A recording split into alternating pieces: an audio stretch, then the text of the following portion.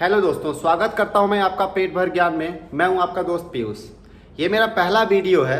अब तक मैं बस स्क्रीन रिकॉर्ड करता था, तो आज हम क्या करेंगे, लाइव आपको क्या करेंगे, वीडियो के माध्यम से क्या करेंगे, आपको पढ़ाएंगे। तो आज का जो हमारा पहला टॉपिक है वो है पार्ट्स यूनिट ऑफ कंप्यूटर। हमारे कंप्यूटर के कितने पार्ट्स यूनिट होते हैं, तो मैं आपको बता दूं 4 यूनिट्स होते हैं हमारे कंप्यूटर के। इनपुट यूनिट, जिसको हम इनपुट डिवाइस भी बोल सकते हैं। दूसरा होता है हमारा मेमोरी यूनिट, जिसको मेमोरी डिवाइस बोल सकते हैं। तीसरा होता है हमारा प्रोसेसिंग यूनिट, जिसको प्रोसेसिंग डिवाइस बोल सकते हैं। और जो चौथा होता है वो हमारा होता है कि आउटपुट यूनिट, जिसको आउटपुट डिवाइस भी बोल सकते हैं। आपको हम एक बार बता दें कि किसी भी डिवाइस को हम देखकर नहीं बता सकते हैं कि ये डिवाइस कौन सी डिवाइस है।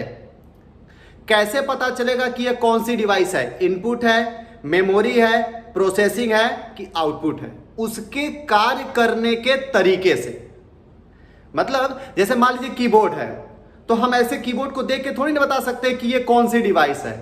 तो अगर वह डिवाइस हमारा क्या कर रहा है कि कोई भी डाटा हमारे कंप्यूटर के अंदर इनपुट करने का काम कर रहा है, तो वो हमारा इनपुट डिवाइस है।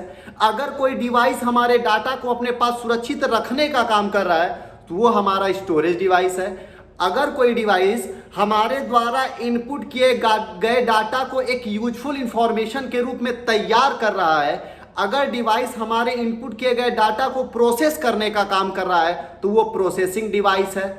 अगर वह डिवाइस हमारे रिजल्ट को दिखा रहा है या सुना रहा है, तो वो हमारा क्या है, आउटपुट डिवाइस है।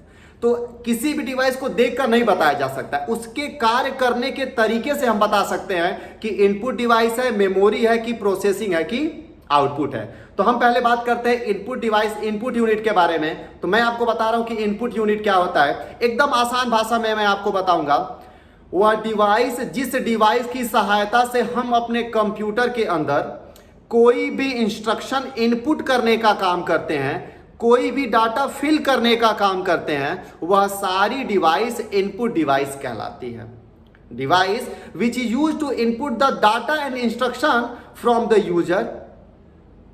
वह सारी डिवाइस, जिस डिवाइस की सहायता से डाटा आप इनपुट कर रहे हैं, वह इनपुट डिवाइस है। देखिए एकदम सिंपल डिफिनेशन है, बस आपको यही क्या करना है, याद रखना है। जिसमें सबसे पहला हमारा आता है कीबोर्ड। कीबोर्ड का एक सबसे ज्यादा कॉमन हमारा इनपुट डिवाइस है, जिसकी सहायता से आप कोई भी डाटा टेक्स्ट के रूप में आप अपने कंप्यूटर सिस्टम में इनपुट कर सकते हैं। अब सबसे ज्यादा कॉमन का मतलब क्या है?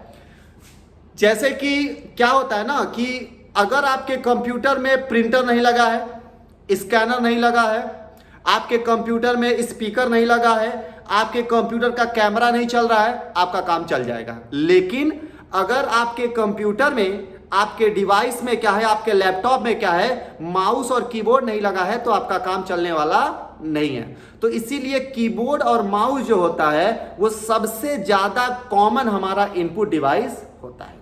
तो कीबोर्ड एक सबसे ज्यादा कॉमन इनपुट डिवाइस है, जिसकी सहायता से आप कोई भी डाटा टेक्स्ट के रूप में क्या करते हैं, इनपुट करने का काम करते हैं।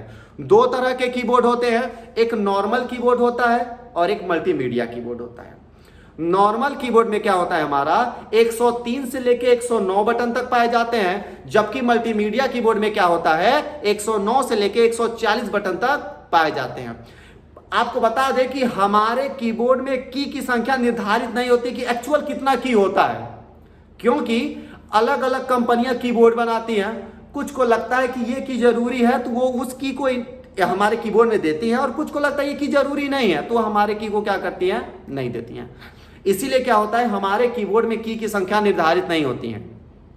तो नॉर्मल में 103 से लेके 109 तक पाया जाता है, ऐसा कहा जाता है, और जबकि मल्टीमीडिया में 109 से लेके 140 तक पाया जाता है। अब सवाल खड़ा होता है कि नॉर्मल और मल्टीमीडिया कीबोर्ड कैसे पता करेंगे कि कौन सा नॉर्मल कीबोर्ड है, कौन सा मल्टीमीडिया कीबोर्ड है? तो एकदम आसान सवाल जवाब है इसका। जिस भी कीबोर्ड में आप नोटिस करिएगा, डायरेक्ट नेक्स्ट करने का बटन मिलेगा, डायरेक्ट प्रीवियस करने का बटन मिलेगा, वैल्यून प्लस करने का बटन मिलेगा, वैल्यून को माइनस करने का बटन मिलेगा, डायरेक्ट ब्राइटनेस को इंक्रीज करने का बटन मिलेगा, डिक्रीज करने का बटन मिलेगा, सिस्टम को डायरेक्ट ऑफ करने का बटन मिलेगा, डायरेक्ट ईमेल ओपन करने का बटन मिलेगा। इस सारे बटन जिस भी कीबोर्ड में आपको एक्स्ट्रा दिखाई दें, अलग से ऊपर ऐसे गोल सर्कल में बने रहेंगे, नहीं तो ऐसे ऐसे करके रहते हैं, तो जिस भी कीबोर्ड में आपको एक्स्ट्रा दिखाई दे तुरंत समझ जाइएगा ये मल्टीमीडिया कीबोर्ड है। और जिसमें आपको ये सब एक्स्ट्रा दिखाई नहीं देते हैं वो हमारा क्या होता है, नॉर्मल कीबोर्ड होता है। जैसे बहुत सारे कीबोर्ड में क्या होता है, जो बगल में न्यूमेरिकल की होता है वो नहीं होता है। क्यों नहीं होता है? क्योंकि भाई उसके बिना भी हमारा काम क्या होता है, चल जाता है। तो इसीलिए क्या है कि जब हमारा वो सब की नहीं रहेगा तो जाहिर बात है हमारी संख्याएं क्या होंगी, कम हो जाएगी। तो नॉर्मल में 103 से लेके 109 बटन, और जबकि मल्टीमीडिया में क्या होता है 109 से लेके 140 बटन तक हमारे पाए जाते हैं। अगला आता है हमारा माउस। माउस भी क्या है, एक प्रकार का कॉमन इनपुट डिवाइस होता है। माउस एक प्रकार का कॉमन इनपुट डिवाइस है और बहुत ही ज्यादा पॉपुलर इनपुट डिवाइस है, जिसकी सहायता से हम अपने कंप्यूटर के अंदर इंस्ट्रक्शन को इनपुट करने का काम करते हैं। एक माउस में 2 से 3 बटन पाए जाते हैं। क्या होता है, एक माउस में 2 से 3 बटन पाए जाते हैं। एक लेफ्ट होता है और एक राइट होता है, और बीच वाले को हम क्या बोलते हैं, स्क्रॉल बटन के नाम से जानते हैं। मैं आपको माउस क्या कर रहा हूं कि दिखा दे रहा हूं, ये देख पा रहे होंगे, ये क्या है, हमारा माउस है। ठीक है, एक लेफ्ट बटन है और एक राइट है। जो इस बीच वाले को होता है ना, इसको हम क्या बोलते हैं, स्क्रॉल बटन के नाम से जानते हैं। और ये जो घूमता है इसको व्हील के क्या करते हैं, व्हील के नाम से जानते हैं।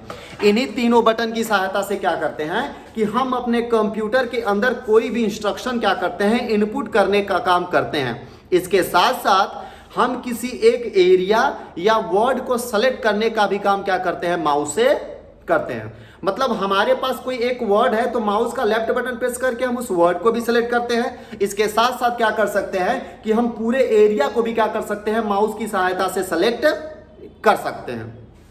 और जो बीच वाला बटन होता है जिसको स्क्रॉल बटन बोलते हैं, अगर आप उसको ऊपर नीचे करते हैं तो जो हमारा पेज होता है वो अप और डाउन होता है। समझिएगा, पेज क्या होता है, अप और डाउन होता है, बस बीच वाले बटन को घुमाते हैं।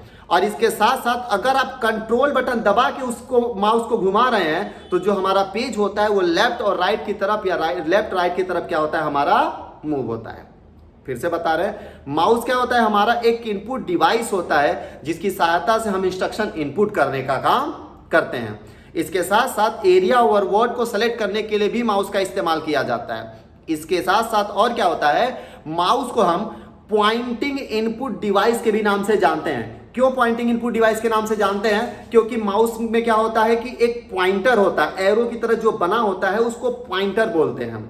और एक हमारा क्या होता है, कर्सर होता है, जो लिखने वाला मोड होता है। अगर किसी भी लिंक पे आपको किसी भी आपको ऑप्शन पे क्लिक करना है तो एरो की ले जाके उस ऑप्शन पे क्या करेंगे, क्लिक करेंगे तो आपका काम हो जाता है। इसलिए माउस को हम पॉइंटिंग इनपुट डिवाइस के नाम से क्या करते हैं, जानते हैं, जो पॉइंटर के नाम से काम क्या होता है, जाना जाता है। और क्या है कि कभी कभी एग्जाम में पूछता है कि पॉइंटिंग इनपुट डिवाइस कौन सा होता है, तो आपका हमेशा आपके दिमाग में होना चाहिए कि पॉइंटर नाम क्या होता है, हमारे माउस में ही क्या होता है कि आता है। इसलिए माउस को हम क्या बोलते हैं, पॉइंटिंग इनपुट डिवाइस के नाम से जानते हैं।